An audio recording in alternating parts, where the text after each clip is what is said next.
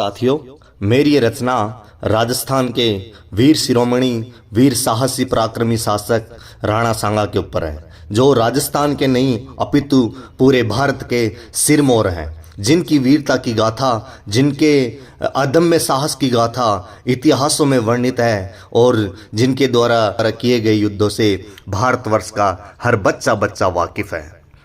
हाल ही में उनकी वीरता पर जो सवाल उठाए गए हैं, उन पर मैं अपनी रचनाएं पेश करना चाहूँगा। मेरी ये रचना राणा सांगा की ऐसी ही वीरता को परिभाषित करती हुई मैं आप सभी के सम्मुख प्रस्तुत कर रहा हूँ कि माटी की सौगंध जिसे रणधीर कहा जाता था, माटी की सौगंध जिसे रणधीर कहा जाता था, मेवाड़ की आन बान शान वो राणा सांगा कहलाता था।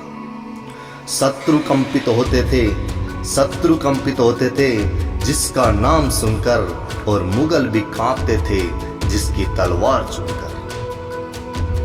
एक नहीं सौ घाव थे उसके वीर तन पर, एक नहीं सौ घाव थे उसके वीर तन पर, फिर भी खड़ा था जैसे सिंह हो रण में अमर, फिर भी खड़ा था जैसे सिंह हो रण में अमर।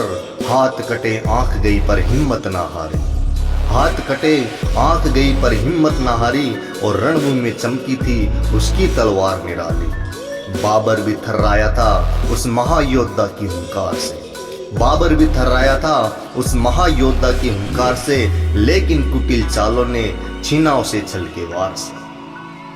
पर हार कर भी अमर रहा, पर हार कर भी अमर रहा हर योद्धा के दिल में। उस राणा सांगा की गाथा गूंजेगी युगों युगों, उस राणा सांगा की गाथा गूंजेगी युगों युगों। कुछ कायर सवाल उठा रहे हैं राणा सांगा की वीरता पर, कुछ कायर सवाल उठा रहे हैं राणा सांगा की वीरता पर, जो एक शब्द ना बोल पाए थे कभी उन मुगलों की क्रूरता पर, जो एक शब्द न बोल पाए थे कभी उन मुगलों की क्रूरता पर। उस वीरभान की तुलना करने का तुम्हारे पास कोई निशान नहीं,